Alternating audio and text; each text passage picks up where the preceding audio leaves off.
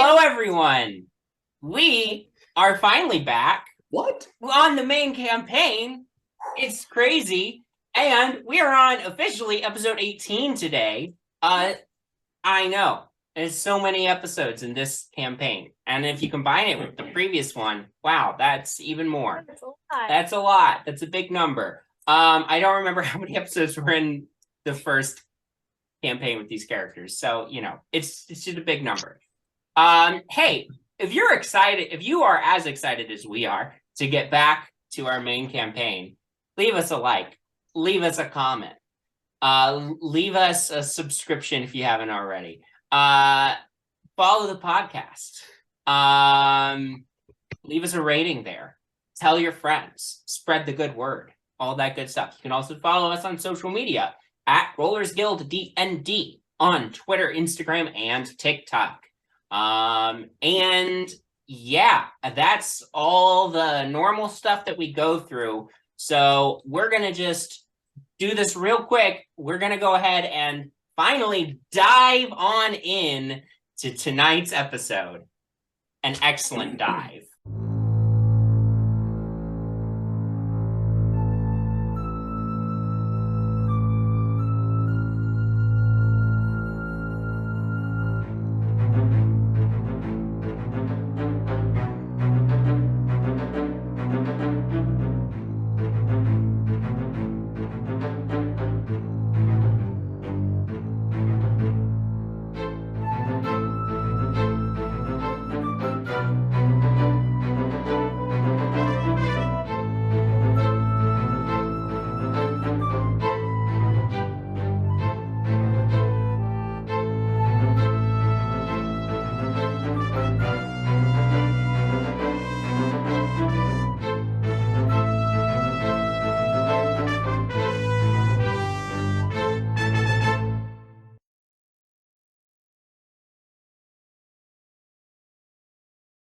Last time, in tandem, heroes of Waterdeep had ventured into the mists of Ravenloft in their search for Artemis's dastardly brother, Dagrin. The first domain they arrived in was Mordent, where they were told to find Dr. Rudolph Van Richten, who could point them in the right direction. Before getting his help, the party had to help two ghosts who had longed to be married in life finally find peace and get married in death. After completing that task, Dr. Van Richten, who had been struggling with a curse of insanity, was restored to his mental faculties and able to help the party. He helped them understand the nature of Ravenloft and of the Dark Lords. He also tried to help them understand the unique curse that seems to be surrounding Oikos, the ancestral homeland of Artemis's family and the presumed destination of Dagrin. In order to reach Oikos, the party was advised to seek out the wizard Feran Zalhonen. Dr. Van Richten doesn't particularly trust Feran, but he knows that if anyone can help the party reach their destination, a place that no one can retain any memory of, it's Feran.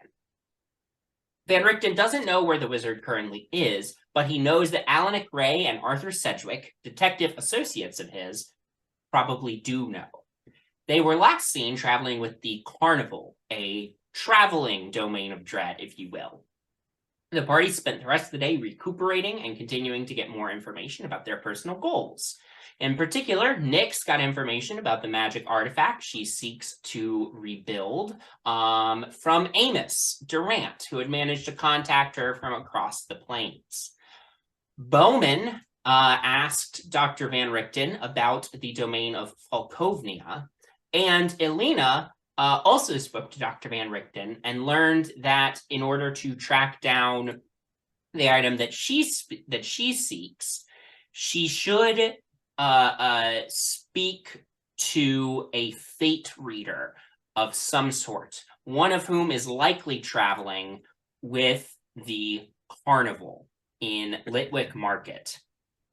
Finally, that night, Penny woke up late at night and was faced with the presumed ghost of her mother, who warned her that if they persisted in trying to reach Oikos, it would destroy her soul. And that is where we will pick up. So, Penny, your mom just dropped this bombshell on you. It's the middle of the night. All your friends are asleep around you. Elina meditates, does not go to sleep, but for whatever reason doesn't seem to be tracking what's going on here either. So, what do you do? What's next? What do you say? What exactly does that mean? So your spirit, just your spirit, is destroyed? It's complicated, my dear. Something about that domain being in Ravenloft. It's important that it stays there. If it were to be removed from Ravenloft, then it will destroy the souls of many spirits, including mine. And the Dark Lord of that domain, I don't know much about him. I don't even know how I know all of this, to be honest, but the Dark Lord of that domain, he wants your friend and his brother to come there. And I fear that what he has planned will cause horrible things to happen to not just my soul, but the souls of many others.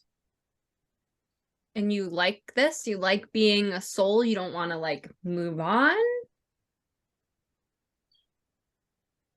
If this happens, there is no moving on. The soul is the thing that moves on. If my soul is destroyed, then there's no afterlife. There's just nothing.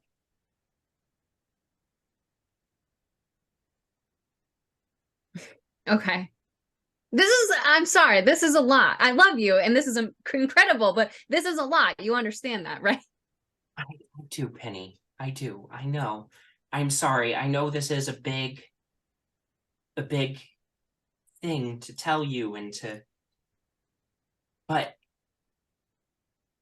it's taken me a lot of time to figure out how to even speak to you, and I won't be able to speak to you always, but I can check in occasionally, but I just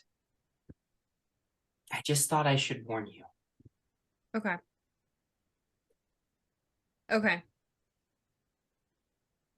Okay, thank you. Thank you for the warning. I will take it into consideration. I'm gonna be completely honest with you, Mom. There is definitely a hierarchy in the group, of which I am at the bottom. So Don't say things like that, Penny. You're no, Mom. You're I intelligent. understand. Your friends love you. No, they don't. They really don't. I know you have to say that because you're my mom, but they really, really don't like me. I had one friend and she left me. So Penny, I don't think you've always been bad at accepting that other people like having you around. Your okay. friends do. Yeah, okay. You can say that all you want. I still am not believing it. I didn't believe it when you were alive. I don't believe it when you're dead. I'm sorry. Anyways, but I'm just telling you that if I go to the group with this information, it's not going to change anything. I don't know what to do. I have no idea what to do. Artie, this is like Artie's thing. He has to do this. I don't know. I don't know. Well, I mean, do what you think is best. I'm your mother, and I'll support you. Right. Right. Even if it means the end of your existence forever and you don't get an afterlife. Which of course, yeah. Okay. Great. Cool. Okay. I would just ask that you think about this and, maybe try and hopefully sometime soon I can talk to you again and, Do you see other ghosts or souls when you're out? I'm in an interesting position. My soul, half of it is in my proper afterlife, and the other part of it is here. So yes and no. If you hear anything else about the Dark Lord and Oikos, please let me know. If anyone's talking about it in the Ghost Grapevine or whatever, that would be helpful. I will. Okay. I'm okay. It's really good to see you. Good to see you. I'm so proud of you, Penny. I love you. Love you. And her image fades away. At this moment, Elina, as you've been sitting there meditating, you like blink, and suddenly Penny is not laying on the floor where she was before. She's standing halfway across the room. Looking at the wall. I'm gonna walk over to her, not like too silently, because I don't want to like scare her. Yeah. And just like gently touch her on the shoulder. Ah! Oh my God, Elina. Hi. Good morning. Are you all right? How'd you sleep? My meditation went well. Great. But are you all right? Just woke up feeling great. What time is it? Is it time to go yet? I feel like I'm ready to go. We could go right now. It's like 3 a.m. Should I wake the others? No, I don't think so. But I know we don't know each other super well, but Don't. it seems like maybe you're not okay. Do you want me to go and find one of the others to talk to, or no, they cannot do anything for me. Do you? They really can't. Okay. Do you want to talk to me? No, I do not. Okay. Perhaps you should go back to sleep because No, I will not. It is quite early. I'm gonna go for a run, I think. I've never run before, but I think I might try it tonight. Okay. Would you like a companion for that? No. I don't. Do you know how I could? Do you know if I needed advice for something and my only friend lives in another dimension of me, how would I get in contact with her? Well, I may be able to help with that, but I don't know for sure. If we were able to somehow get her a sending stone and one for you, those can sometimes communicate cross dimensions. Okay. A little too late for that. If you were able to develop the skills to be able to produce the spell sending, I unfortunately can't contact her, seeing as I've never met her before, so I have no familiarity with her. But if she's, as you say, your best friend, it would work for you. Right. All right. Well, I will never learn the sending spell because I am the worst half wizard that anyone has ever met. And sometimes I forget that I even know magic. But thank you for the help, Elina. Thank you. You could try, and I'd be happy to assist in any way that I could.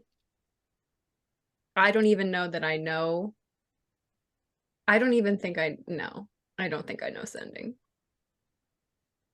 Okay. All right. Well, perhaps a cup of tea for when you get back from your run? I don't drink tea. But if you have, like, if we have espresso here, that would be great. I'm gonna go on a long walk. Okay. Thanks, Elina. Thank you. I know that sounds sarcastic, but thank you. Thank you for checking in. Sure. And Penny's gonna go on a walk. Right. We'll never see her again. Awesome. Yeah, you Do all of the other characters, do all of the rest of everyone sleep, or does anybody else meditate? I think everyone else sleeps. Can Artemis doesn't meditate, isn't he half elf? He's half elf, but half elves typically do still sleep. Yeah. Darn. I was kind of hoping to send one of you after her. I was gonna say, can Bowmin could wake just do us a perception check to see if he hears like the door opening and closing? I'm asleep. Penny, Could I, Elina, make a perception check to see if anybody's like half awake or like kind of so semi-conscious? You go ahead and make a perception check. Penny, what I would like from you is, as you are leaving, first, are you trying to not disturb any of your friends? She doesn't consider us friends, so. No, oh my God, stop. I would say that I'm trying to be courteous to them sleeping, Okay. but I'm also like not really paying attention. So go. We'll say that and make a stealth check with disadvantage, Okay. and we will compare it against everyone's passive perception. Okay. I got a 12. a 12 on your regular Not great. perception. Okay. Yeah. 14. 14. My So- passive is 13. Yeah, actually everyone but Bowmin, funny enough, looking at your passive perception scores, stirs at least partially as Penny departs. So Elina, even with a 12, it's not a particularly difficult perception check to make. You can tell that like everybody but Bowmin was sort of partially woke up with the sound of Penny leaving. So if you wanted to grab one of them to send after her, you could. Yeah, I think I'm gonna go tap Nyx on the I'm sorry to wake you. Penny seems a bit off. She just left to go on a walk. What time is it? It's about 3 a.m. That's weird. She was staring at the wall when I kind of stepped out of my trance for a moment, and she seems a little standoffish, and I know I don't know most of you that well, but it seems like something may have frightened her a bit. Okay. Perhaps I'm not very good at sneaking around myself, but it seems that you might be, and following her could, just to make sure she's okay. Yeah. Okay. And you just hear like all of the bones in Nyx's body crack. Yeah.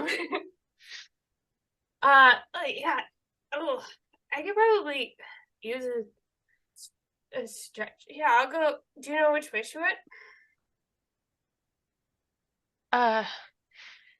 Not exactly. She left just a few moments ago. Okay. I'm gonna go get some water. But I'll be back. Well, maybe. Hopefully. Okay. Thanks.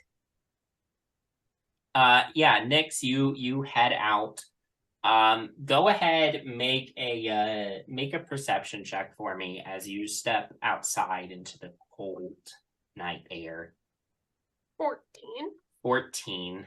That does meet Penny's stealth check from earlier. So I will say you spot her heading around the corner, walking away. Now, Are you going to try to like go up to her, or are you going to try to follow stealthily just to make sure she stays out of trouble? I'm gonna start off stealthily, but I'm not necessarily I'm being quiet, and I don't necessarily want to like make her turn around or feel like she's being followed, but I'm quiet, but I'm not like trying to sneak. So I will leave it up to you. Do you want to make a stealth check or not? Sure. Okay. We're gonna contest this against Penny's passive. So what'd you get? 25.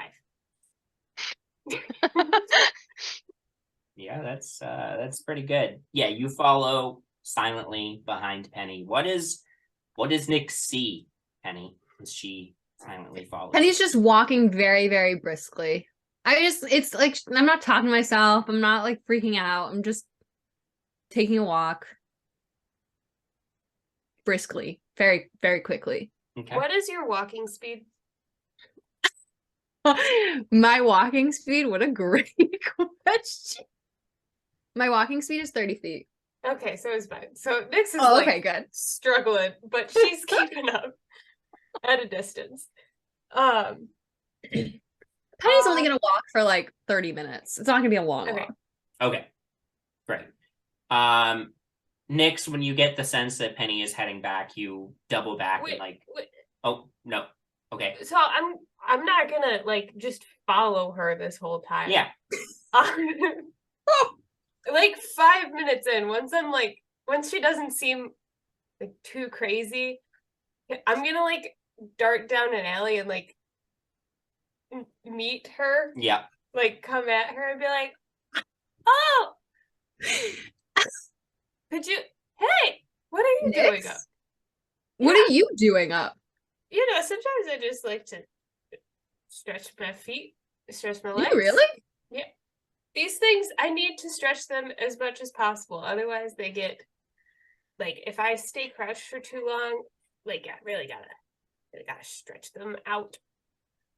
It's like 4 a.m. Yeah. I had a weird dream. Oh, really? Yeah. Huh. I had a weird dream too. It was about birds. Oh, Artie's bird? Artie's bird did make an appearance, but it was just generally about large birds. And you know, Nyx didn't actually have this dream, but now she's like thinking about it a little too much. You don't have to recount it if it's gonna be like traumatic. That's okay. We're working through it.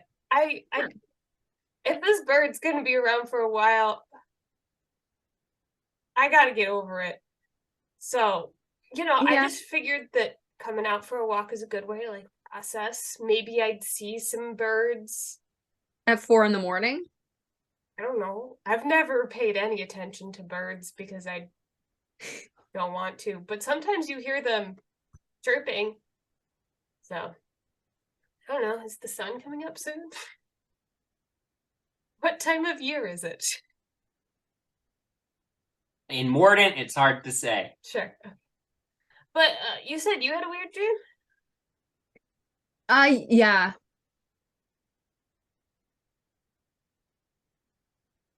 Weird So, are you gonna walking? go back or what? I said weird enough to come out walking? Yeah. Oh, wow. Yeah. I was thinking of going for a run, but running is hard. I tried that for like a little bit, like about 10 seconds, and I decided I was just gonna walk. It is hard. And sometimes, you know, you don't need exertion. You just need to move. Yeah, I get that. Yeah, I just clearing my head. Sure. Yeah. Well, you know, if there's anything that you need to talk about or want to talk about or just anything on your mind, I'm a pretty good listener. Most of the rest of us are pretty good listeners. So, you know, I know it's been weird since like Octavia went back. Oh no, it hasn't been just- weird since Octavia left. I just don't want you to feel like you can't talk to us, because you're pretty cool, and yeah, pretty badass. Did Elina send you out here? No, she was still staring at her feet when I left. Oh. Okay. All right. You're being weird. Maybe it's the early morning. Yeah. I am quite reflective at this time of day. Okay. Well, there's nothing I need to talk about. I think I'm going to head back. You mind if I join you? No, it would be weirder if you didn't. That's true. Because we're going to the same place and it's true. 4 in. Oh, this is quite unrelated, but I just remembered I'm almost done with the cat in the hat that I was making you. Oh, I don't remember this. What? I don't know if I told you I was making this for you, but I've been fiddling around with my little wood carver's tools, and I'm making things to hone this new craft that I've picked up while we were, since the big dragon incident. Oh. So yeah, okay. I'm gonna work on that while we're traveling today. So yeah. Nyx. Yeah. Do you think we're gonna make it to Oikos? Like, what do you think the chances are we get there? I honestly have no fucking clue. Like, nobody knows that it exists. So, who's to say? Like, we found it in books, but I don't know. Sometimes there's stuff in books that doesn't actually exist. Somebody made it up. So, like, maybe it's just this weird fairy tale that's been passed down in Artie's family. Like, why are we even going to Oikos? Is it to find Dagran? Yeah. So if we found him not in Oikos and we killed him, would we not have to go to Oikos? No. I mean, that does seem like the main. Maybe not kill him. I don't know if is the goal to kill him. I don't know. He seems like a really bad dude, but I mean, he's still Artemis's brother. He did probably kill Artie's dad, but I'm gonna leave that all up to Artemis. Yeah. We'll back him whatever he decides to do. But right. Yeah, I don't know if we'll make it. I am kind of curious to see what it looks like. Yeah. Like, what does a lost city, did it industrialize? Are there factories, or is it like this bum? What am I trying to say? What are you trying to say, Nick? No. Is it like this weird ass place where there's no technology? Right, yeah. Yeah. Weird. Yeah. What about you? What do you think? What do I think? Yeah, you think we'll make it? I don't know. I guess I wasn't really thinking about it. To be honest, I feel like we just kind of jumped into this whole thing. Oh, for sure. Yeah. Absolutely. I think maybe Octavia had the right idea. Maybe. We're in a different dimension. We are. This is very far away from my family. It's a little uncomfortable. Yeah. I think about it too hard, so I try not to think about it at all. I mean, I'm glad we're helping Artie, obviously. Right. But I don't know. Yeah, we did. I mean, it's us. We did just kind of jump into it without thinking about it for very long. So I'm surprised Jinarra let us do this. Seems like something she would have put a stop to. Or at least question. She seems very much ready to help us with whatever we need. So I'm not that surprised that she's here, but we didn't really have much of a conversation about it. Also, remember Freedom? And Freedom was our mom for a little bit. Yeah. How did she let us go here? Does she even know we're here? I don't even know where she is. Me neither. I think has anyone checked in on her? I don't know. I don't know, Nyx, I'm gonna go to bed. I'm Okay, spiraling. me too. I'm gonna go to bed. You ready for bed? Yeah, I'm ready for bed. Okay. Great. With that, you guys return to Van Richten's and go back to sleep to finish your long rests. Nothing else happens that night. Rest of the night passes uneventfully. So you all wake up in the morning. Dr. Van Richten comes in with coffee, as he has the previous couple days that you guys have crashed at his place. What do you guys do?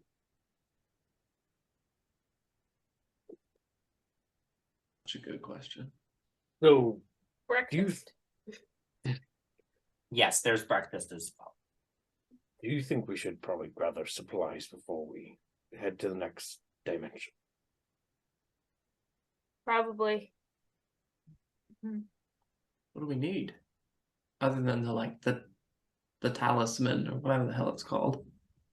Which the you ticket. have. Yeah. And we just like walk into the mist with that, right? Dr. Van Richten says, yes, that is exactly what you would need to do. A leader of the group focuses on a mist talisman in their session, and after some time, it is not instantaneous, but after some time, you should arrive in the domain of your destination. And if one of us accidentally, trips or gets lost in the mist, like we're not all holding hands as we walk through, what happens? No, you do not have to hold hands as long as you stay together. All right. I'm gonna make a little rope leash for all of us. Like, Okay. those little preschool line? Yeah, I'm gonna make one of those things. Right. How are we doing on diamonds? Is there a place where we could go get more diamonds?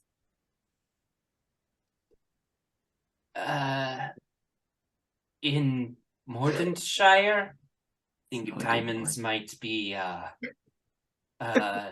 big ask for this fishing hamlet. Before we head to the next dimension, I haven't tried to contact my parents yet, and I know it might not work. But I only have 25 words. I should Yep. know this. I only have 25 words. Does anyone want me to get a message to anyone else or anything if I'm able to contact them? I mean, do your parents know who our families are? I mean, they were in Waterdeep helping us. Okay. Yeah. Could you say, tell everyone's parents we're fine? That's 5 words. I can definitely do that. I feel like that covers it. Or families. I'm sure they'll understand what I'm saying. Anything else?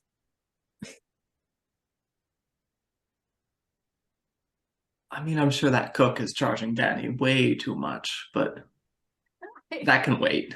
Okay. Not Octavia. Oh my goodness. Alina's gonna be given side eye to Penny. Like, I think Rose is probably taking care of Lucky probably fairly well, but also she's not in the water deep, so. Did my parents ever meet Rose? I would assume because they were there at the big finale. Right. Do you want me to have my parents contact Rose? No, she's fine. Is she still at Candlekeep? That's where we left off. I would assume because she wanted to study more. Hmm. But also, like, left her with a great deal. Like we gave her pretty much free roam. Mm. So, you know. Oh, I don't know if there's any words left over, but tell him to tell Freedom we say hi. Okay. Okay. Great. All right. And Octavia. The message is just like, I love you. Say hi to parents, Freedom, Octavia, Rose. Like a list of people. I have 25 words. Your dog's name is Lucky. Don't worry about Lucky and Rose. They're probably fine. Okay.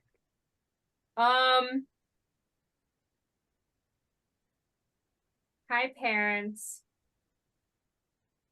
We are safe. Going to another dimension.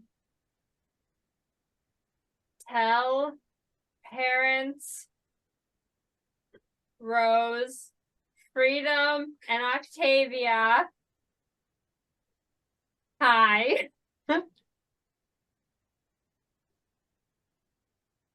Love you.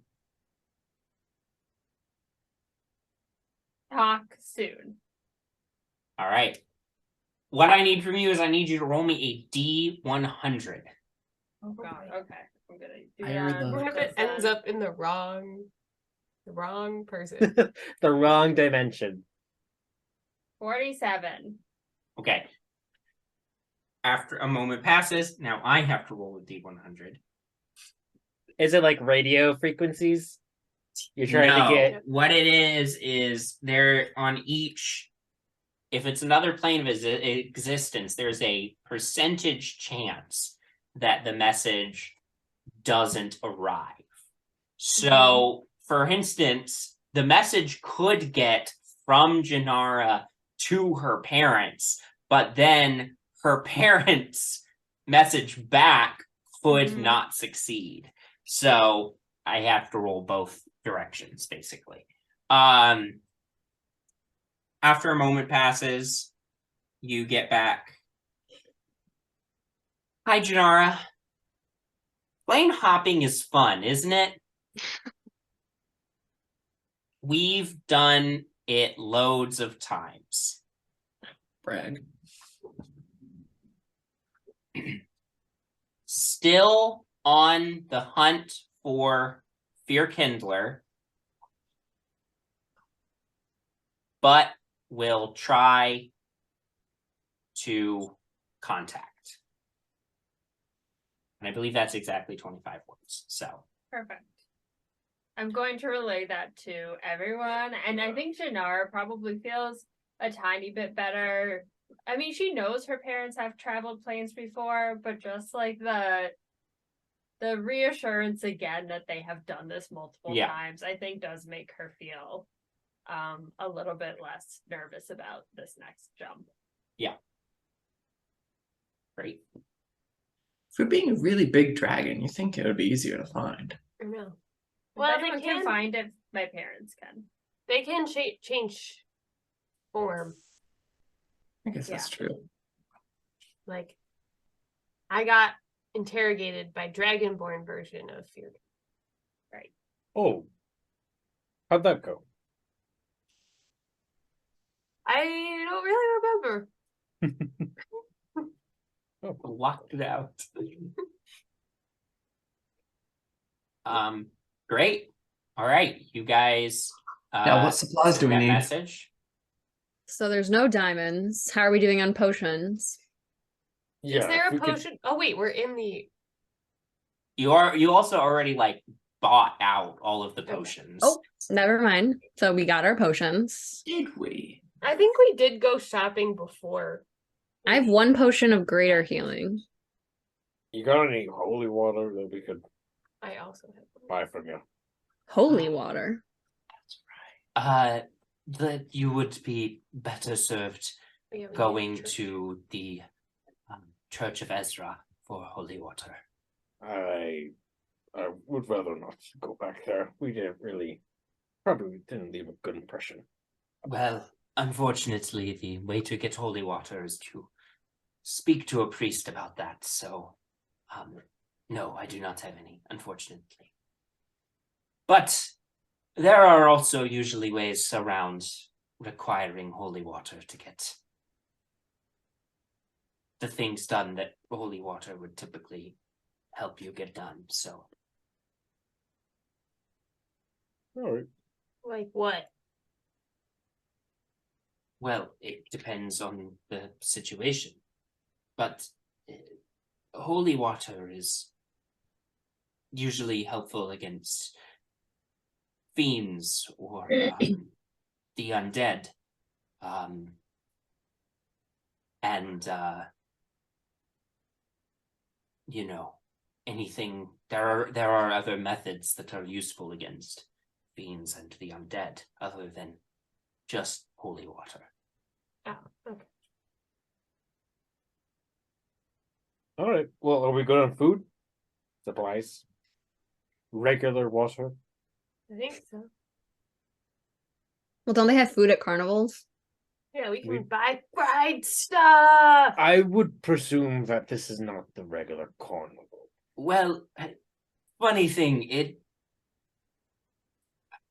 is a carnival. I mean, there is food there. There's games. There's Do you think circus they have performances.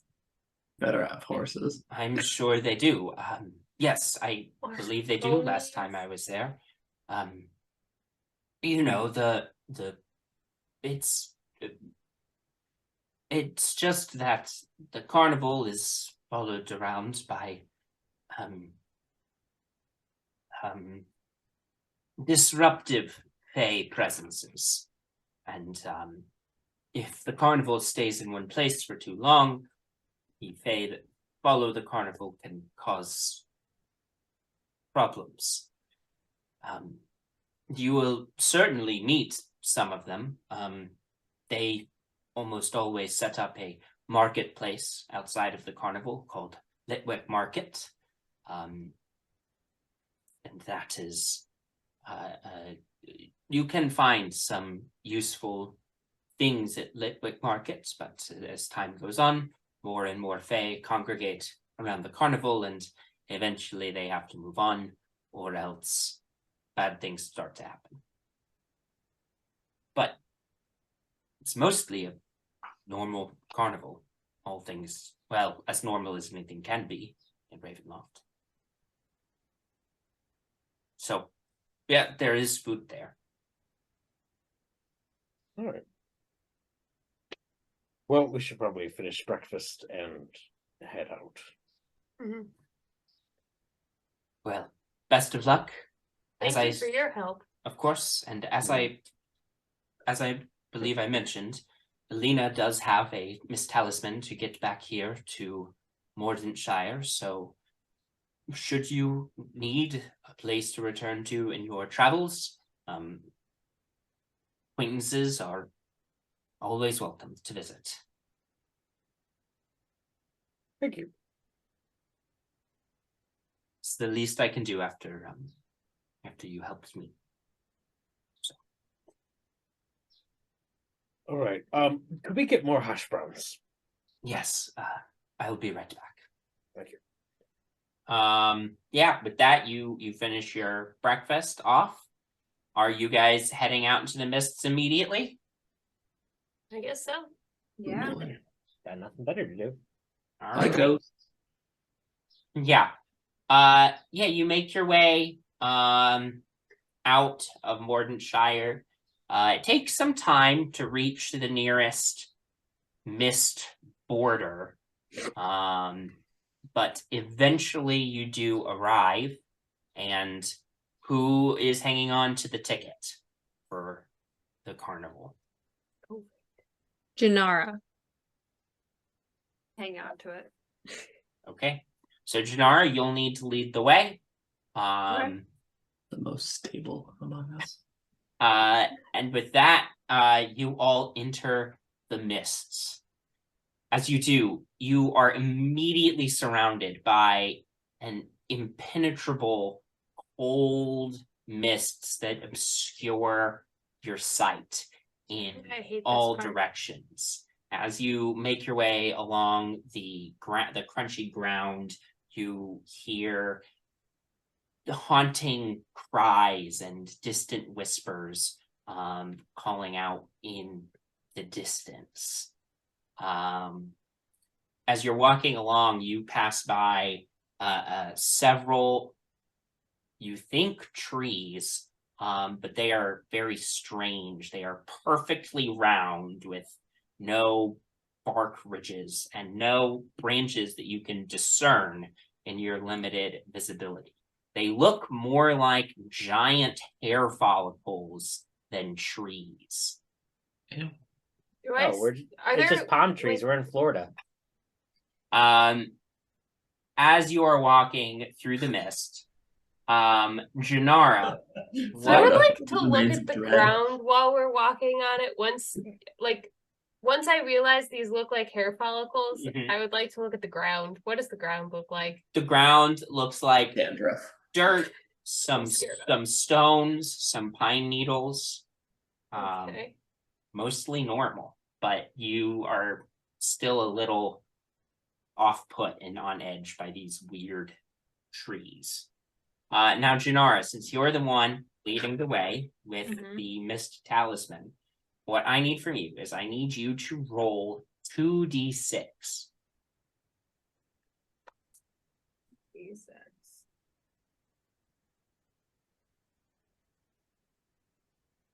First one's a 4. And second one's a 5.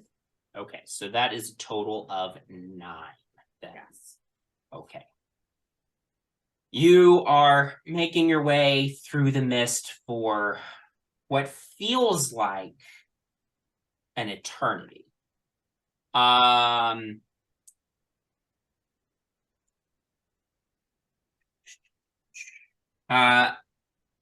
You're sort of pushing through the mists. You still hear constantly these haunting noises in the distance.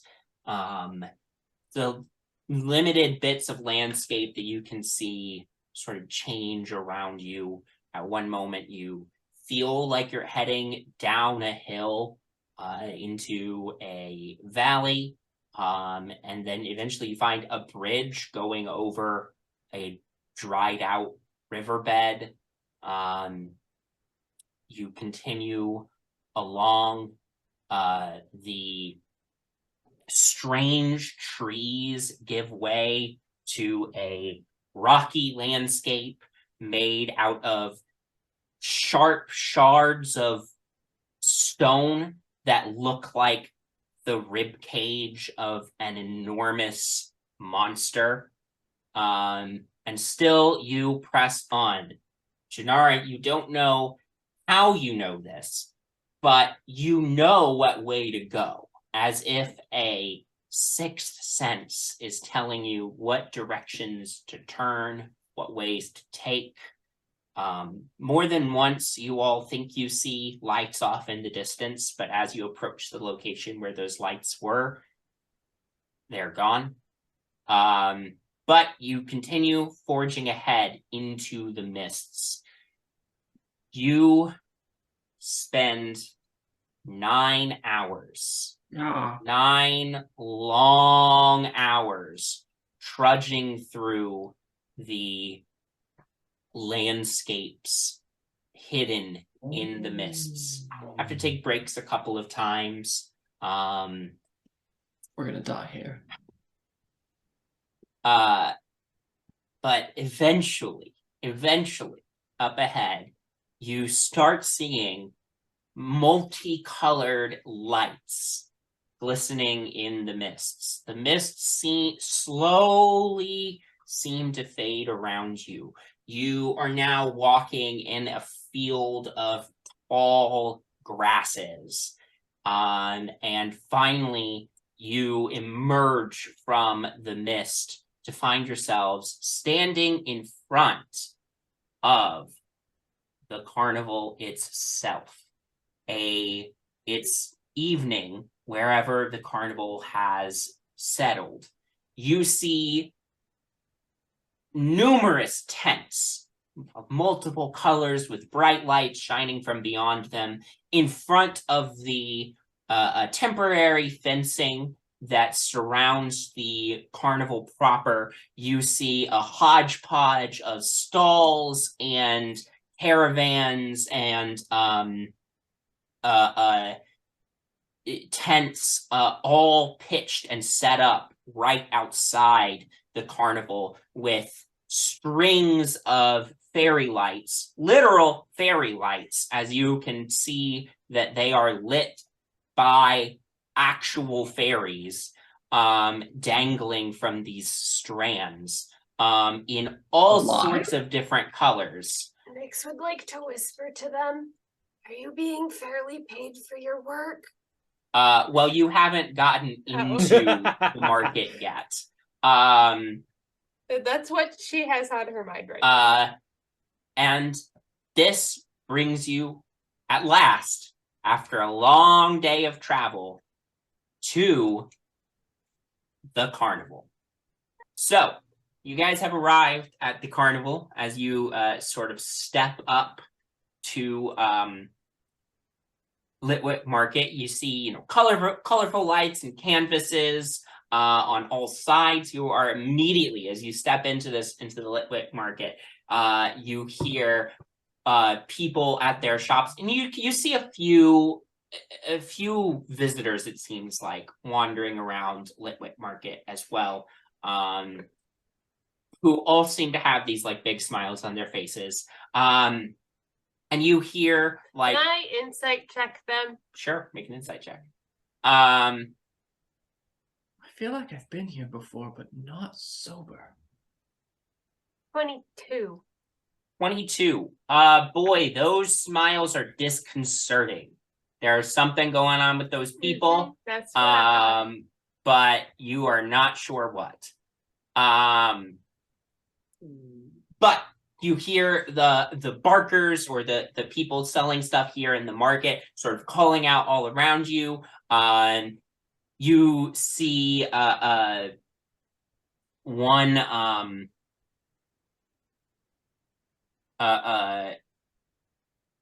you see shortly away, you see like sort of a satyr, half goat, half person. These like long curly horns that he's painted red and white, is calling out and saying like, robo useful items, get it here. All you have to do is give me your pleasant dreams. Come on over to robo useful items. As you're walking along, you hear someone calling out. This seems to be an elven individual with like extremely long ears. Some of you would be familiar with this particular type of elf as an Eladrin, an elf who lives in the Fey, who hails from the Feywild, I should say. This Eladrin is speaking to a person outside of their stall and says, "Yes, I can arrange for that. I can help you and your partner, but in exchange, I will need 10 years of your life, split between the two of you, however you see fit." Who's next to me? Ye- I'm yanking on somebody's like shirt. Like, I want it to be me. do not get a good vibe. No. What interesting things these people are selling. The exchange rate seems really weird. Well, I've seen worse, but yes, this is pretty bad. As you're walking along through the market, you pass by a nearby tent, colorful tent, and you hear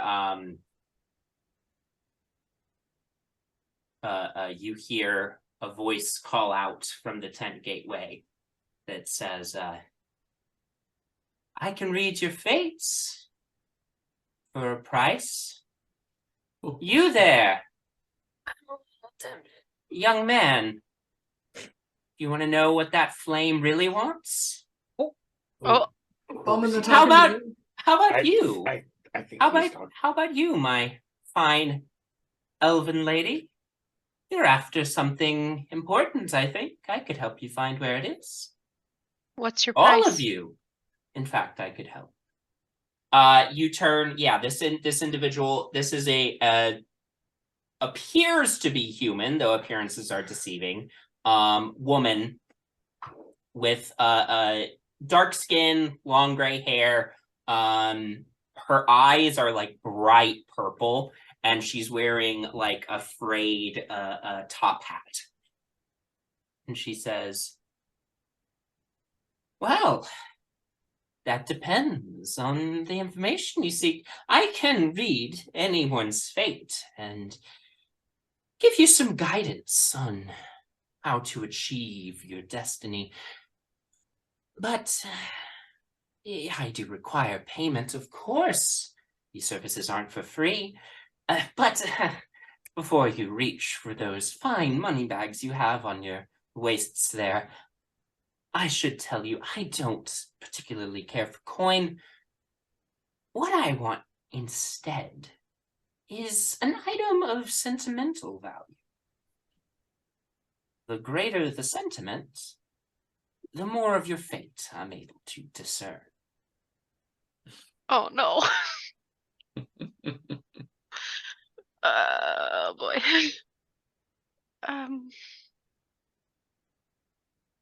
You there, my gnomish friend, you're looking for pieces of something that was once broken, aren't you? Mm-hmm. I can tell you where to find them. Yeah, that'd be really nice. I am on an adventure. I didn't really bring anything of sentimental value.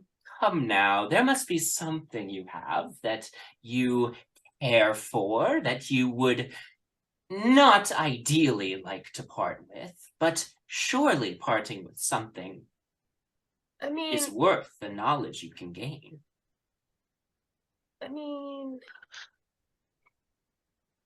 For the record, it doesn't have to be something that you strictly have listed in your character sheet, but if you think that your character would have something that is of sentimental value for them, and you can sell me on that being an item that is of sentimental value for them, this I person feel like you will did- take that exchange.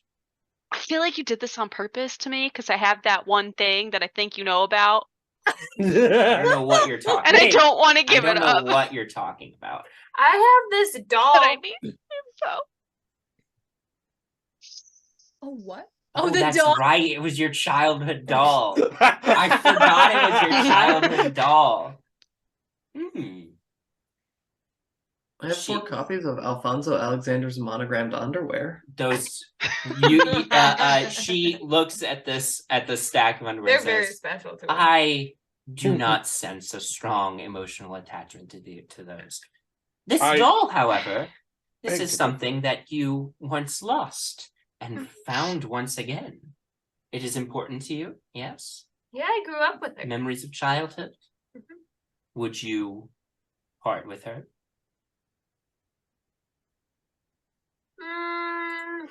It must be given willingly, of course. But in exchange, I will tell you where you can find what you're looking for. Well, this doll has come in quite useful. Has it? Yeah, Okay. people love her. Oh, okay. I see what you're saying. Okay. Nyx, I don't know that doll has been as useful as you think it is. I feel like this would be a good thing to give away for that information. Are you We sure can we're give not away gonna that. need Come her? now, Miss I- Presswell. Do not judge someone's sentimental attachment to an item. Okay, first of all, please don't last name me in public. How do you know her last name? Great. I can read fate, Miss Leffery. Huh. What? All right, yeah, you can have the doll. That's fine. Wait. Do Bowman's last name. Oh yeah, Ooh. I already gave Last you. This name isn't. him. But this Last isn't for name the doll. him. I want to know where that stuff is. That doll wasn't payment for his last name. Your friend, I believe, only ever had one name, though it has changed. Wow, you It are is good. currently well, it's currently Bowmin. It used to be Zamark. Did we know that? Can I call you Marky? Did we know I don't know So if we I know know. that? I some feel of like us only do. Artie knew that or something. Nyx, if you would step into the tent with me. Can I bring a buddy? Sure. Thanks. I'm gonna bring Penny with me. Okay. Okay. Nyx and Penny, you enter into the tent. It's like dimly lit. There's sort of an incense in here. The Fate Reader sits you down and says, "And Can I check- apologize. Can I check to see if there's any other people in the room? Do a little quick security check while Nyx Make a is sitting perception down? check." Okay. This is why you bring a buddy. As you're making your perception check, she's going to say, "And I apologize. I don't believe I introduced myself properly. Call me Auntie Polly." 17. 17. You don't see anybody else in the room. Okay. Auntie Polly looks at you, Nyx, and says, I think for this one, I'm going to call on the cards for some help. She reaches into like her coat pocket, pulls out a deck of cards, shuffles them quickly, flips the cards over. They have symbols that you don't really understand or recognize. As she Are we examines playing them. poker? No, I'm reading your fate. There are different mediums that I can use to discern one's fate. I think for finding what you're looking for, the pieces of the orrery of the Wanderer, cards are the way for me to read your fate. Okay. And she gathers them back up. I know where you can find the pieces. Yes. All of them? Yes. One piece can be found in the Arcanist's laboratory in Falcovnia. 2 pieces can be found in the realm of Lemordia. One in an abandoned mine, and the other... Whoa. I'm gonna need you to just, before we get too ahead of ourselves, I am taking notes. So I'm gonna need you to go piece by piece. Very well. One piece is in the Arcanist's laboratory. Yeah, I got that one. Okay. One piece is in the abandoned mine in Lemordia. There is a second piece in Lemordia as well, which can be found in the steam-powered metropolis of Ludendorff. Okay, hang on. Steam Power City. What was it called? Ludendorff. Okay. 2 additional pieces can be found in the tangled halls of the Wizard King's palace in Darkon.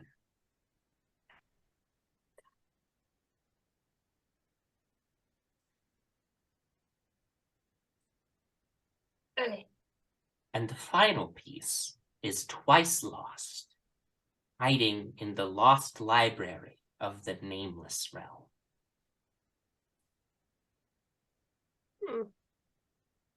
Do any of those things sound familiar to me? I probably haven't heard of the domains that I mentioned already. The Nameless Realm, you could probably hazard a guess as to what that is. Furthermore, the housing itself is long since destroyed, but someone as clever as you can surely find a way to make it anew. Okay. And that is your fate. Continue on your journey with your friends. Keep an eye out, and you will find the pieces of the magical artifact that you seek. Damn, okay. That's a lot of places. Yeah, A lot of pieces. there's a lot of pieces. It's a very complicated thing. Okay, well, thank you. Of course. Now let's see if any of your other friends have thought about the ways that I could help them. Lucy is gonna say, "I want a piece of candy" as I'm walking out. Like, goodbye.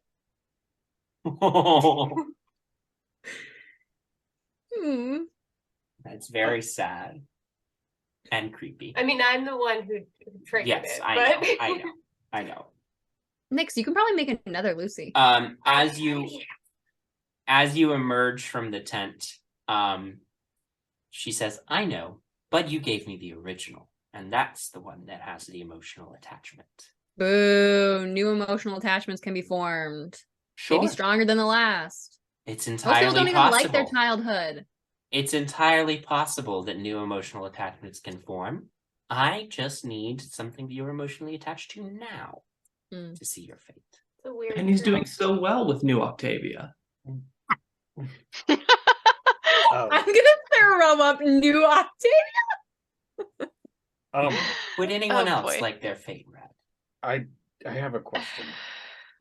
Yes, Can Bowmin. we trade something, not for our own fate reading, but for someone else's in the party? You would desire to surrender an item to which you are attached for someone else's fate? I don't necessarily believe in my own fate. I have been plotting my own for quite some time. So I prefer it that way. Be it ignorance or not, but there is some information that would be helpful for others. You are a generous soul, Bowmin, but that is unfortunately not the way it works. I need an item that the person whose fate I am reading is emotionally attached to in order for me to get a clear reading. In that case, I do have something, but I would rather give it to you in the tent. Very well. Step this way, Bowmin. Artemis, would you care to join? Oh. Ooh. Yeah. I'm gonna like. System. I'm just like keeping an eye on Nyx as I walk by. Does she look okay? Do I look okay? It's up to you. You look fine. Okay. Like, she didn't do I'm anything not to like you. smiling really Nope. weirdly. Oh no. Nope. Wow, imagine. Nyx's face is gone. Oh God. Nope. All right, I'll head on in. Bowmin and Artemis, you enter the tent. Well now, Mr. Bowmin, the item you desire? Bowmin reaches into his pocket, not his portable hole, it's specifically in his pocket. Pulls out a leather-bound little satchel that he's kept for. It's very worn. It's seen some rough days. Yeah. Pulls out a folded over, if like it feels like a 16-time folded over piece of paper, and it's essentially his adoption papers that he had from the orphanage that he grew up. He presents it and says, This is the only paper in existence that has my name written. This is not necessarily sentimental, but it's old. I've kept it for remembrance of the nuns that took care of me, but they're long gone. You say it's not sentimental, and yet you kept it all these years. I think you don't recognize how sentimental it is. I will take that as payment, yes. Why do you collect sentimental things? Hold on, Mr. Bowmin. Why do you collect sentiment? Why do you want this? Well, if you must know, I am... Take a guess?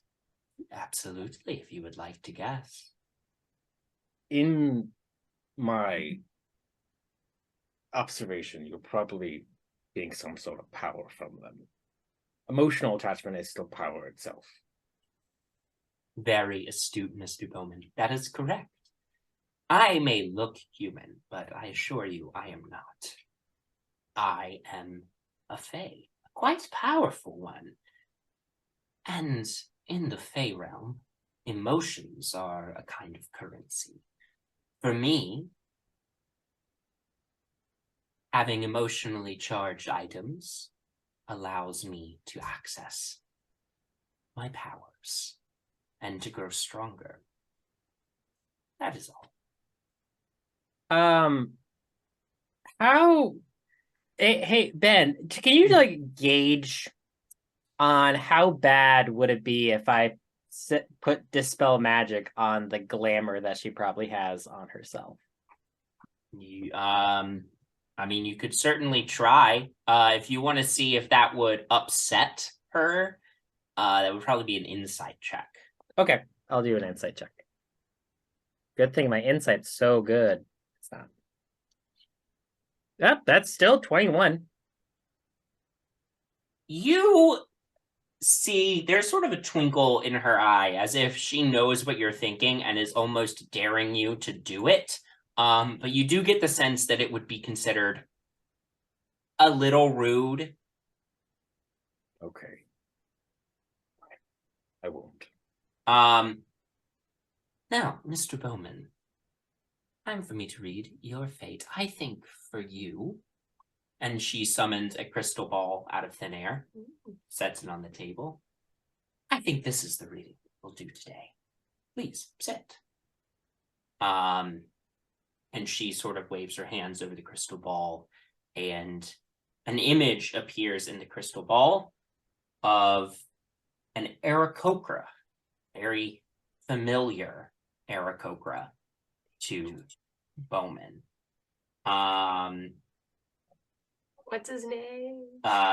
This Aarakocra has sort of a falconish features, and you see little tufts of red plumage in his fur. He looks worn and gaunt. She says, yes. Your long-lost friend. He still lives, for now. They have found the only work that they've ever known how to do, and they've had success. But soon, they will fail. And that failure will bring the displeasure of their commanding officer. And their commanding officer is not known for being forgiving of failure. Unless someone were to intervene, such failure would seal your friend's fate, and he would live no more. They would live no more. I would tell you where they are, but I think you already know, Bowmin. I know you've done my reading, but can I ask a question? As you wish. To get to them. Because this is fate. I presume things are set. Fate isn't necessarily the way people think it is. Think of fate and destiny as a vast tapestry. If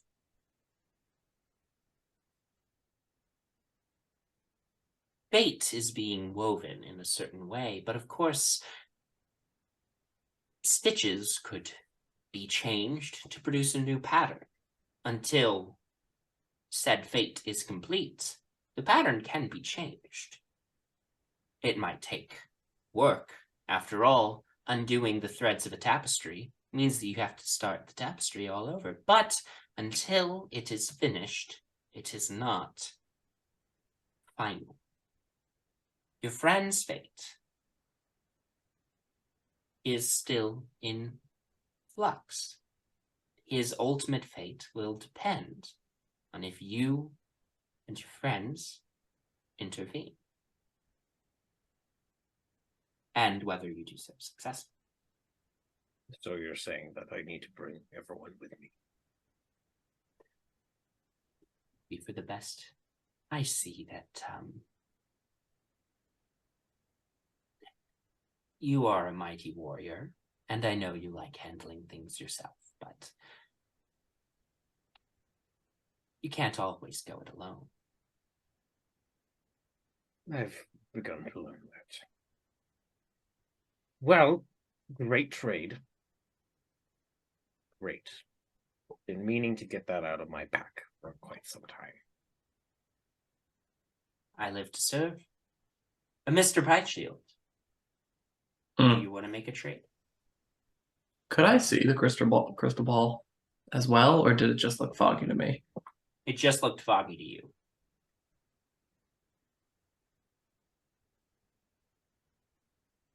I think I prefer not knowing.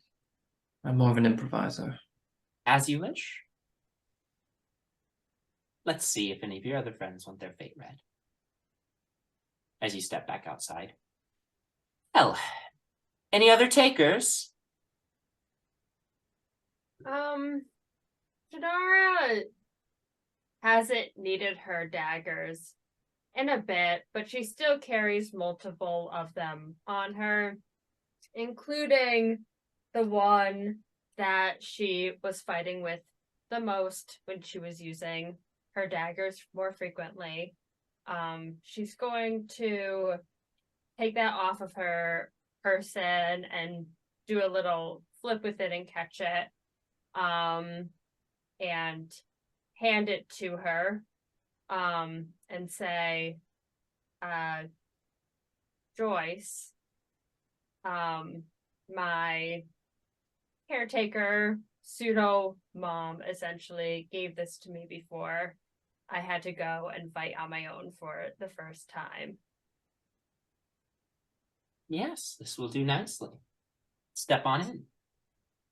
Okay. Are you bringing anyone with you this time? I'm just gonna go alone. Okay. Mom, wait. As you step inside the tent, she takes the dagger, she sets it aside, gazes at you. A palm reading, I think. Could I have your hand? Yeah. She takes your hand, she traces the lines on it, and then eventually says,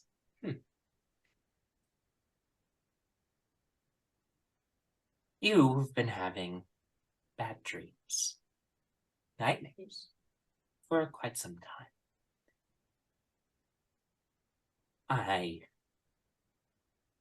The best I can tell you of your fate is to warn you that they are not merely your garden variety nightmare.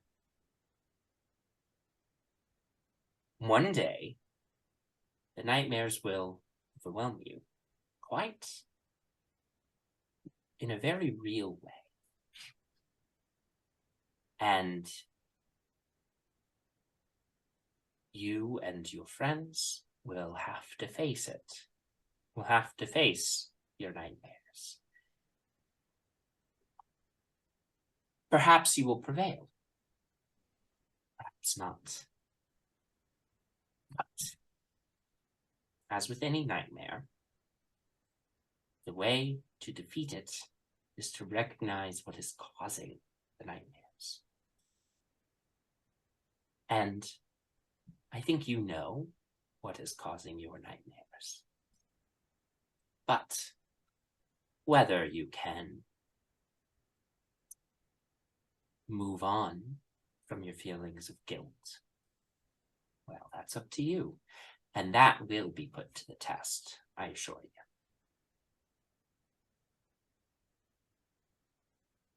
Okay.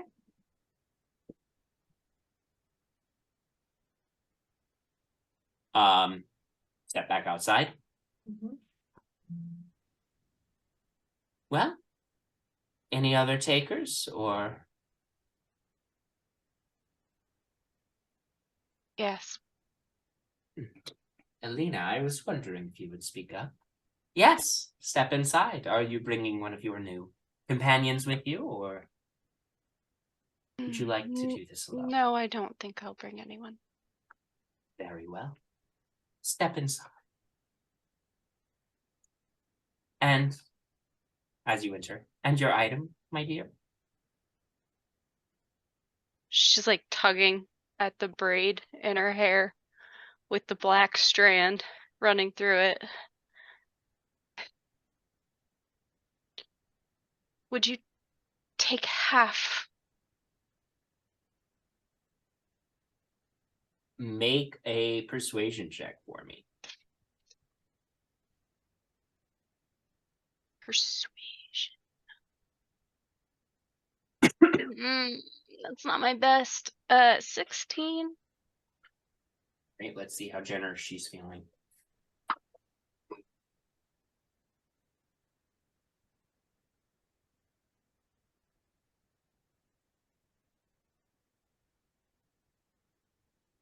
I require 3/4 of it at minimum.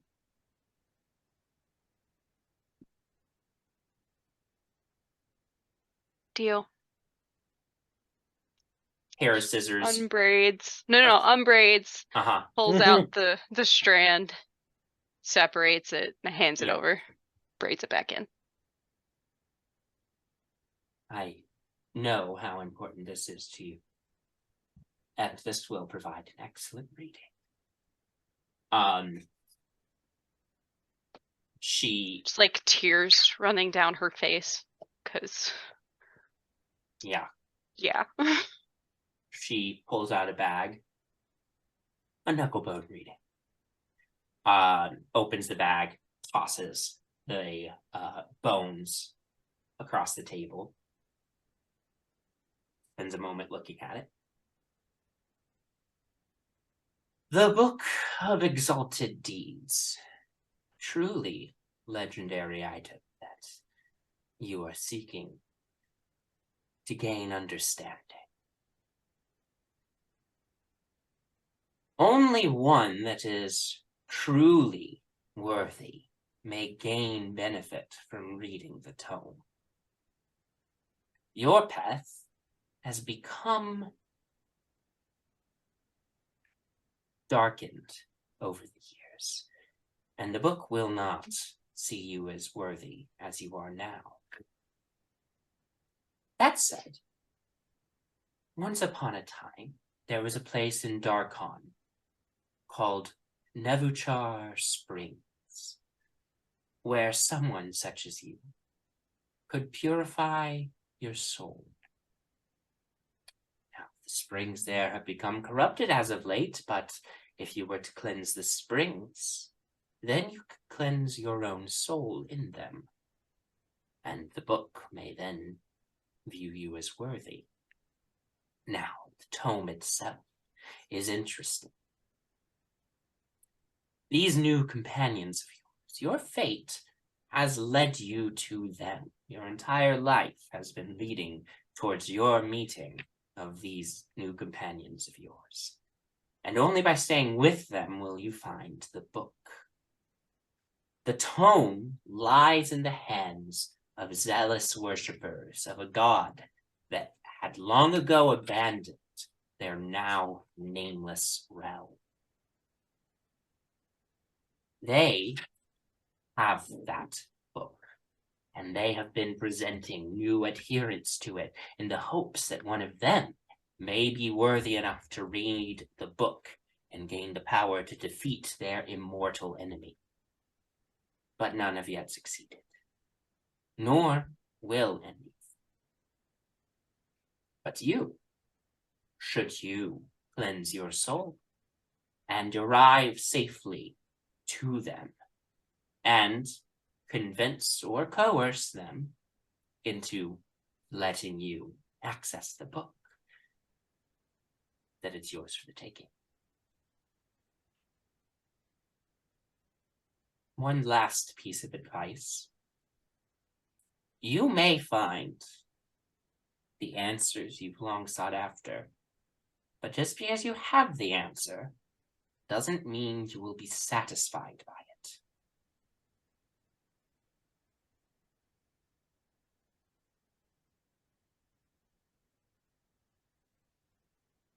But that is all I can tell.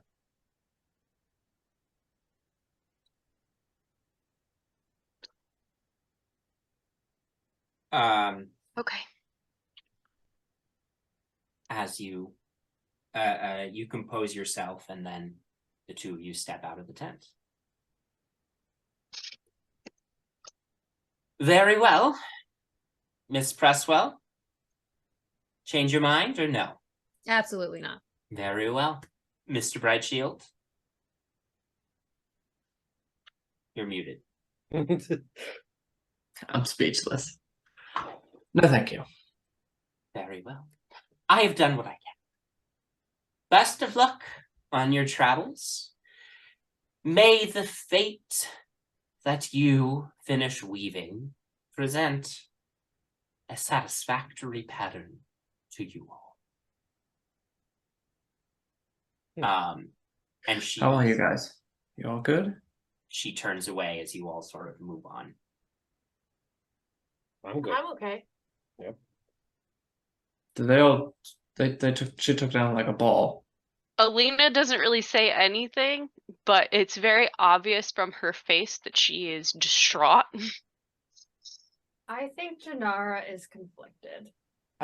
Can Bowmin just make a perception check to see how upset Elina is? We'll call this I an don't think insight you need check, a but perception yeah, check. you It's probably- pretty, If pretty if Elina obvious. says you see that she's distraught, then you see that she's distraught. It's not like Yeah. Can I- she's not hiding it well. Can I make a perception check to see if her hair is any different than? Yeah, make a perception check.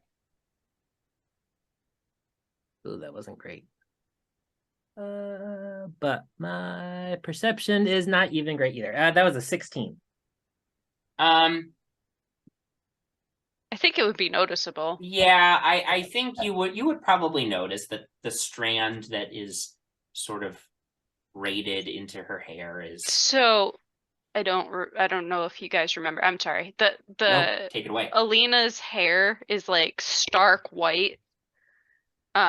And like she has two braids, one with like that was like one of the three strands was a fully black strand of hair, which is now not quite at it's like now just like a streak of black through that braid.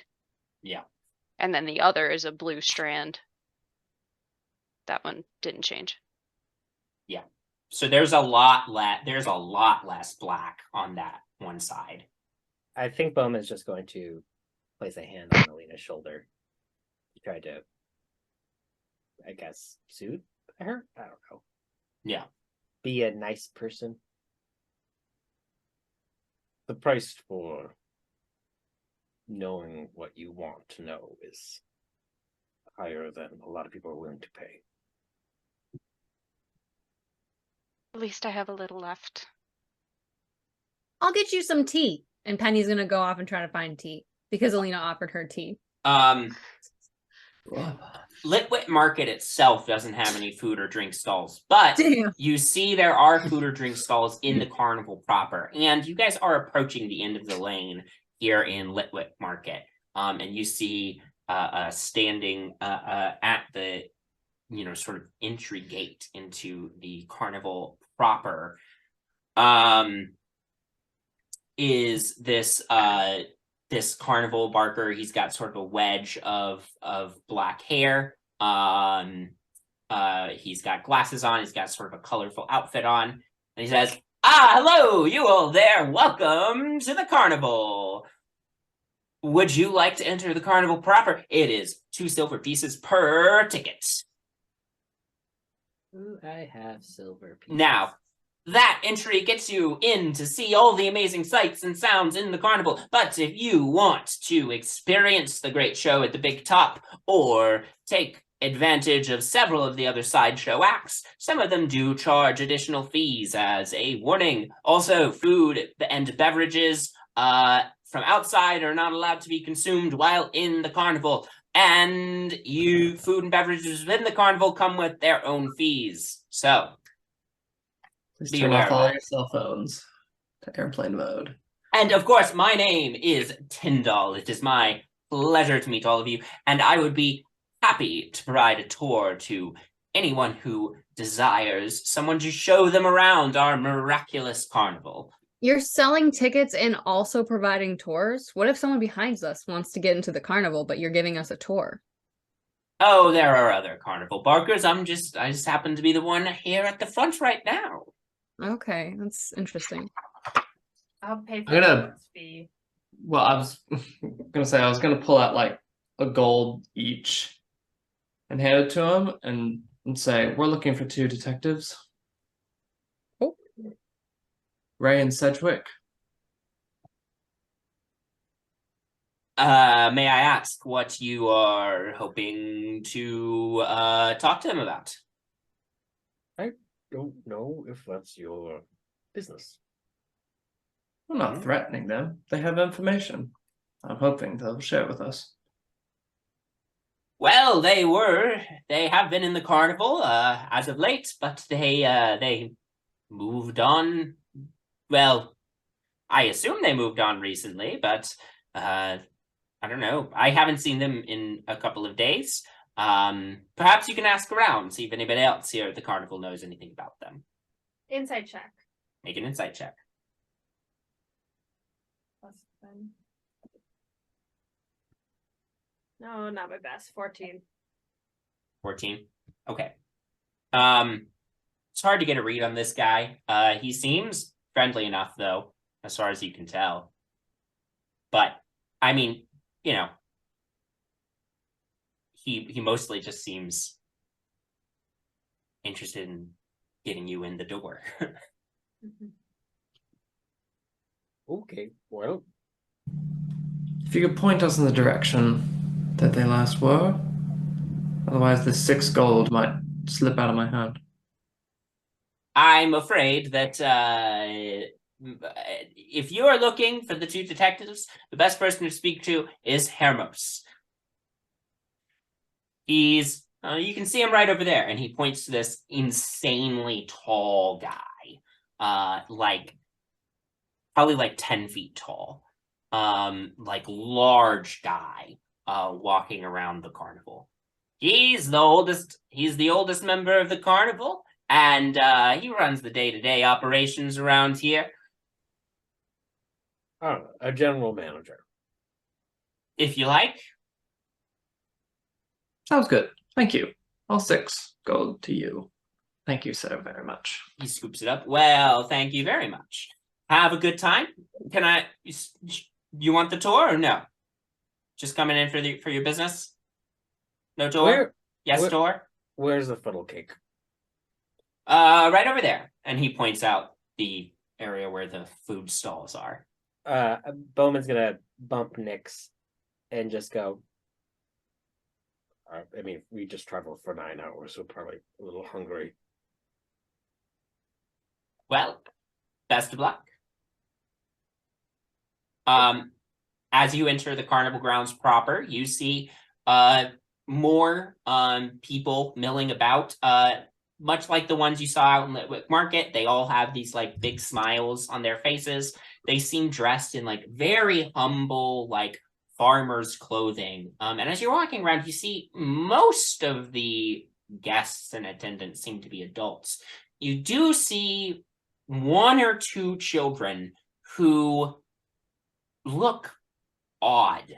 They've got weird skin tones like blues or greens, and like some of them have like horns or antlers or other strange features, but they don't seem to be tieflings. They just seem to have extra features. But they seem just as smiley as their adults. And as you pass by one group of them, one of the men in the group looks over at y'all smiling and says, Good evening, mother keep you, and they keep going.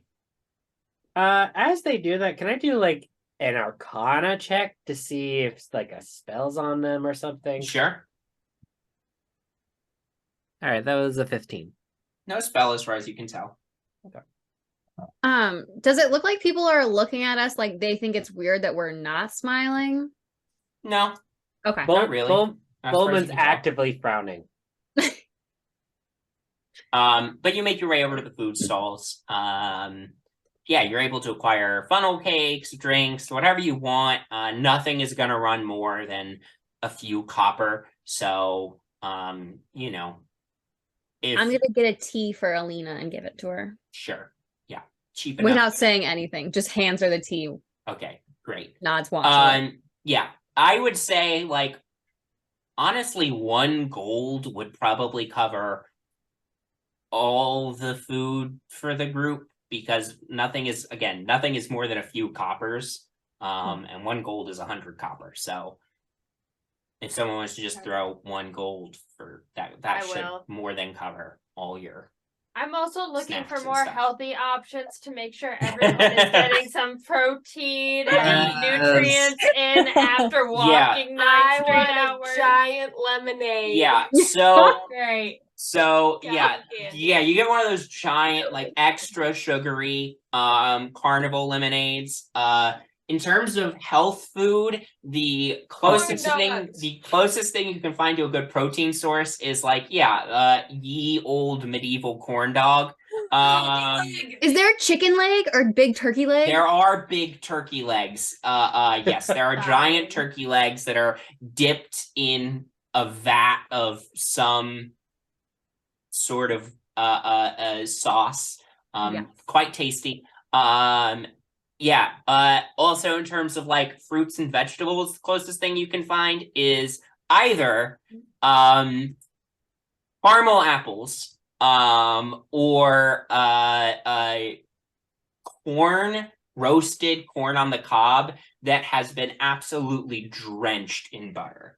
Do they have like nuts in a bag? Yeah, Like, they've got some candied nuts in a bag, I'm but just they are gonna candied get nuts. a bunch of candied nuts in a bag and I'm gonna put them in my bag of holding. And Yeah. then if it seems like people are faint from walking 9 straight hours, I'm gonna give them baggies. I Yeah. like I'm how saying it's all 2 gold with tips and everything. Okay, great. I like how Eva's characters always make sure we are fed.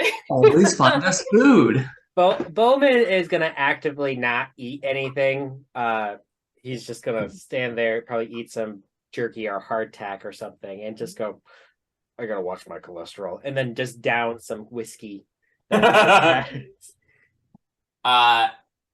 calls up, hey, no food from outside. You want to eat that? You got to eat that out of the carnival. I'm gonna roll a deception check or a sleight of hand check and just say, I don't know what you're talking about, and just hide it back in my Sure. Sure, go for it. What? Your choice. Did the one guy say mother keep you? Mm-hmm. 23. 23. It's like, all right. Goes back to selling his cider or whatever he's selling. Yeah. Before I eat the food, I would like to just hold on to it and like watch the other people in the carnival as they eat the food. Yeah, make a we'll call this a perception check because you're watching. 21. 21. You see people go up to the stalls already with those big smiles on their face. So if you are worried that the food is causing that, it does not appear to. Okay. Can I go to the person I bought all the nuts from? Yeah. Can I go up to them and say, hello, I'm newer to this area. It's my first time at the carnival. Welcome. Thank you. Someone came up to me earlier, and said, Mother, keep you. I wasn't sure what that meant and how to respond to that, so I just wanted to, I figured you seemed like a friendly face, so I thought I would ask. Absolutely. It's honestly, I don't know what that's all about myself. It's those weirdos in this domain here that we're in. So, carnival, we travel around, right? Yeah, all these fucking people, they're from Victol, the town nearby. here in Tempest. That's the domain that we're currently in. Isolde said that we should remain in the carnival grounds while we're here. The people of Tempest are weird. Other than being overly friendly, I don't know what that's all about. They seem fine. How long have you been here? Only a couple days. We just got here. Okay. But yeah, they keep walking around. They talk about this mother. I think it's some kind of, local deity or something that they worship. Yeah, they seem to be gearing up for a festival of their own. They keep a couple of them mentioned to me that they're getting ready for the Tithe Festival, I guess. I'm sure it's fun. They said that if anyone from the carnival wanted to come to it, they would be more than happy to welcome them. But I I don't like to disobey a direct order from my soul. I think anybody here at the carnival can tell you that when the boss is mad, heads will roll, and I mean literally. So, Oh, okay. anyway, I have always found it best to just do my job. And when Yeah. Isolde says, don't leave the carnival grounds while we're in this domain, I don't leave the carnival grounds while we're in this domain. So we're probably fine while we're at the carnival. Yeah, I would assume so. Okay. So does it seem And again, I don't know what the deal is with these people from Tempest. Yeah. They seem Okay. nice enough. They're just weirdly smiley. I don't know. It might just be a Sure. nice old thing. She's got weird opinions about stuff sometimes. He looks around. Paranoid. Okay. Okay, well, good to know. Thank you. Of course. I'm going to if I can pull the rest of my friends Yeah. away from others and pass on that information Yeah. quietly, I will. Yep. Don't like that. Yeah. The question, how do we get the boss mad? No. No. Why? Can we not Look. just go talk to the tall man? Why do we have to go find the boss lady and make her mad? I mean, it's the fastest way to get to the boss. I don't want to get kicked out. I don't want to have my head rolled off my body. That too. Well, I guess if we put it like that, maybe we should have a different idea.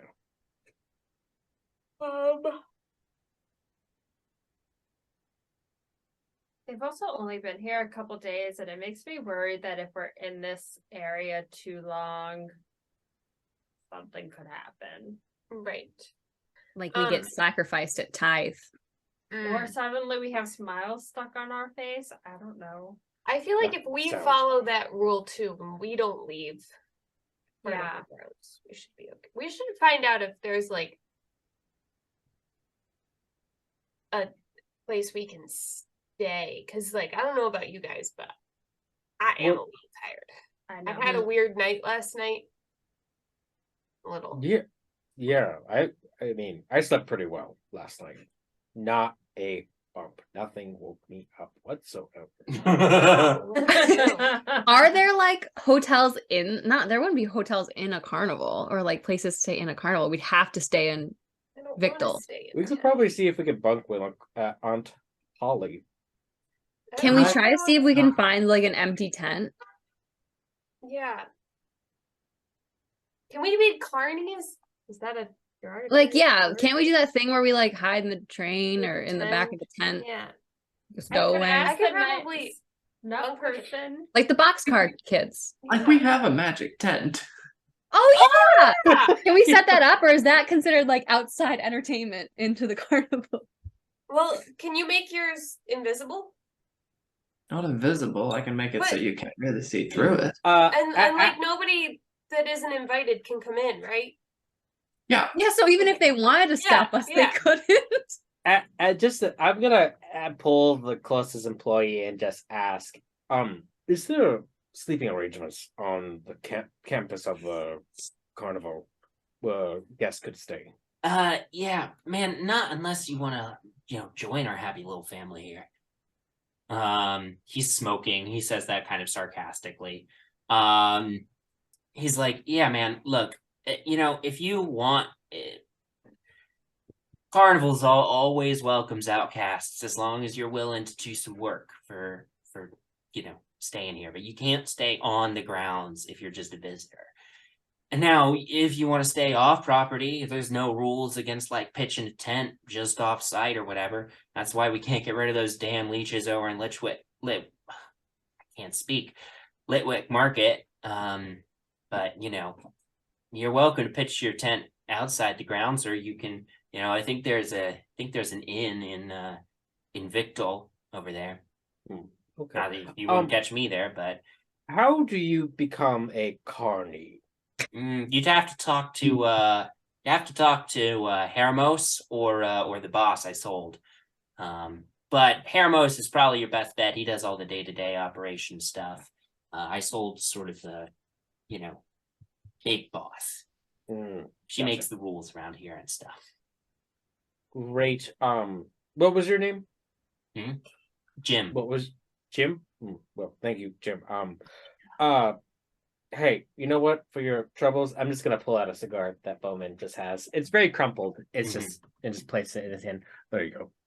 For later. Gee, thanks, man. That's 2 weeks old, so Great. vintage. All right. Bowmin rejoins the group. So we should probably stay off grounds. Maybe. I mean, the Fae didn't seem like that. Well, they can't get into our tent, so it doesn't matter. I bet they could probably figure something else out. But... We'll keep watch. Yeah, I think it's our best option. I've just got a weird feeling about all this. Really? You've got a weird feeling about the magic carnival in the middle of the mist, and we had to walk on a leash to get here, and everyone's smiling, and someone said, "Mother keep you," and all we can eat is fried food. You think that's weird? Really, Artie? That's not all we can. Wait, did you not like the leash idea? No, I did actually. Nyx, that was a Nyx, great that was idea. actually a really good idea. Okay. Penny, come on. What? Listen, I'm tired. I didn't sleep well last night. And then I tried to take up running and it didn't go well. And What? now we walked 9 hours and I'm exhausted. So I kind of want to sleep. Why didn't you sleep well last night? It's nothing Because I happened. had a bad dream, Bowmin. You ever had a bad dream? Every night, but that's regardless. As you're sort of like chatting in the secluded As corner, we're fighting in the middle of the as you're fighting in the middle of the carnival, you see that like nearby you see this like frowning clown start grinding a barrel organ, and you see a bunch of like unidentifiable small animals start doing a dance to it, and a small crowd of the Victal people start gathering to watch this impromptu performance. No, we have to go. We need to get out. I would like to see what happens here. Yeah, you stand, you can see over the heads of the small crowd that's gathering because you're tall. It's a great little performance. You have no clue what these animals are. Are they a monkey, a shrew, a raccoon? It's so hard to tell because they're a weird mixture of a bunch of like different small mammal. But after the sad clown finishes grinding his organ and the song comes to a stop, the creatures do this little like pose, and the crowd claps and starts like throwing out some coins, which the monkeys like gather up and give to the frowning clown, who collects it all silently and then picks up the barrel organ, and he and the creatures move on to another spot in the carnival. Bowman's gonna bend over to Artemis and just go, "Try performing something." I mean, Why? It seems like they're very easily entertained. I mean, that was a thrilling show, the drama itself, but I bet you probably could get some more cash. You and I have a bit of a, like, we're doing a role reversal here right now. This should be like my shit. There's just something that feels. Oh, there's always another shoe that drops for us, right? It's never just take down the big bads. There's always a dragon just hiding behind everything. You think one of those creatures was a dragon? Not literally. I just mean like, although that like raccoon looking thing, little. I thought it was quite adorable. I mean, was it a shrew or a raccoon? A demonic spirit? I don't know. I always get those confused.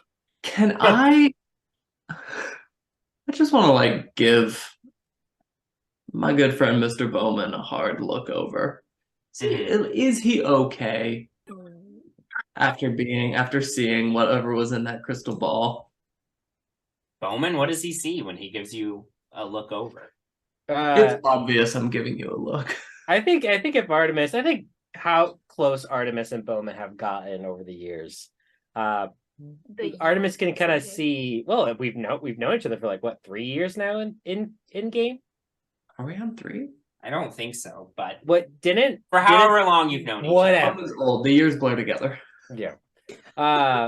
Artemis probably sees like Bowmin is very trying hard to just deflect and just forget about what just happened. So he's just trying to make a happy situation. Tell you what, we learn a little more, and then we can run the entire place out of money and go back to that, whatever that island was called, with the horse and the carnival and the whores. Like, it was a great time. Shall we go talk to the general manager? Try to actually get some answers. We should do the thing. Yeah.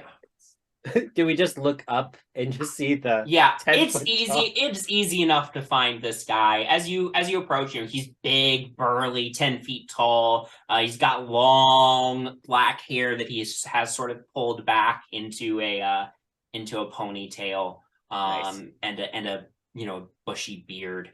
And he is standing outside a tent that's sort of in dark colors. And you see sort of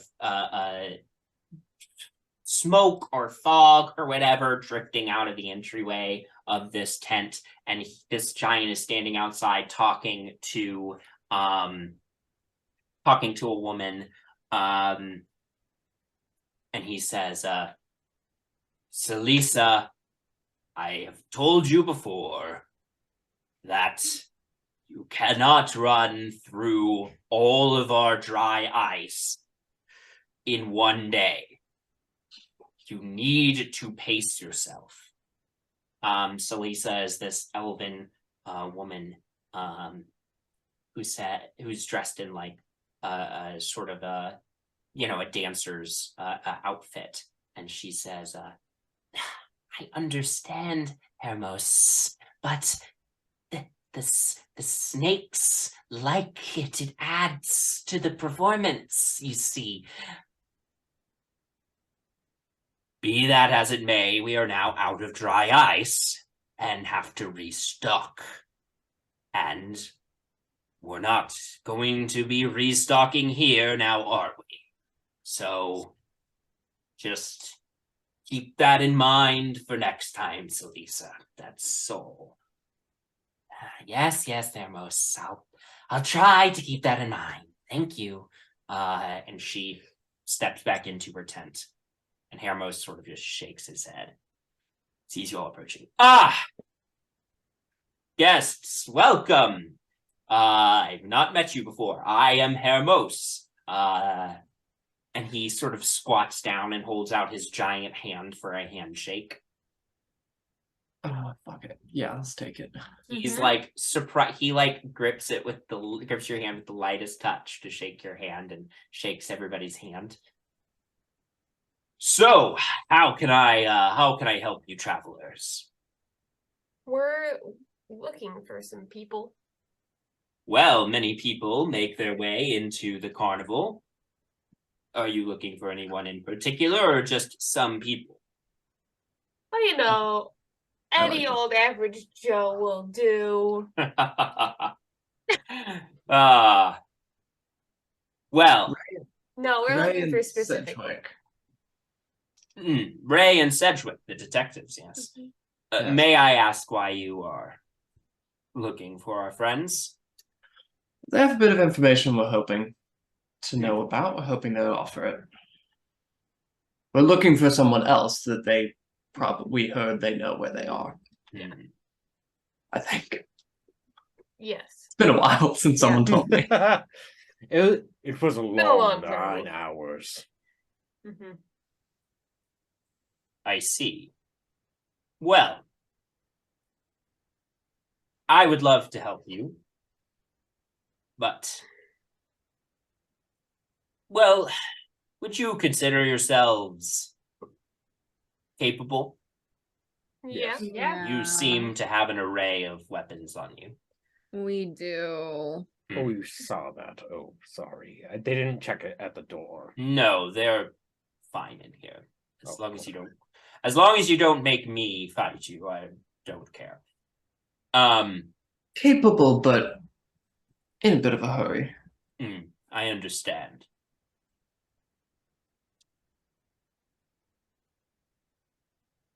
I am going to need to bring you to meet Isolde, for you see, your friends, Sedgwick and Ray, they were working a case for her.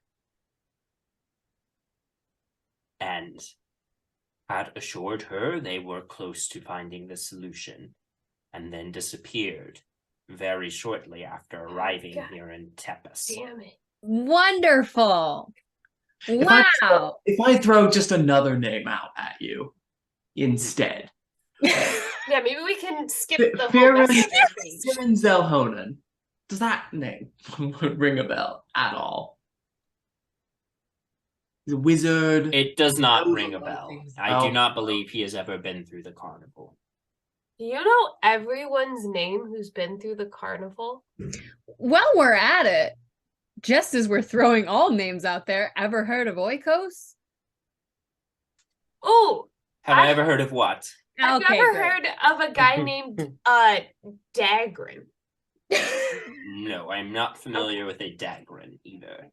Okay. Wonderful. But do you know everyone who comes through the carnival? I know the people who make a big enough impression for me to remember their names, which, as you can imagine, over the years is quite a few people. But Sure. at any rate, if you're looking for your detective friends, I better let Isolde explain to you the situation in more detail. Okay. Well, we're either he goes to get Isol or we go with him. I'm just gonna go. Guys, why? Why is it never simple? Why is it never, oh yeah, let me just get you to meet my friend Bill. He's right in the back. I've been saying this since we first met, and now everyone's just starting to catch on that we have the literal worst fucking luck. Yeah. It's like there's an omnipotent being that is writing challenges for us. And Well, I would like to tell whatever omnipotent being is up there. Nyx, no. Stop it. Hermos just laughs and says, this is often the way of things. Very rarely is anything accomplished without trial. But come with me, and I will take you to meet with Isolde. And with that, we will end tonight's episode. So, thank you all for playing, and we will thank you all for watching, and we will pick back up here to see who Isolde is, learn more about this carnival, or Victal, or Tempest, or the detectives or questions. whatever is going on. We'll learn more about all that next time. So thanks for playing, thanks for watching, and we'll see you soon. Have a good night, everyone.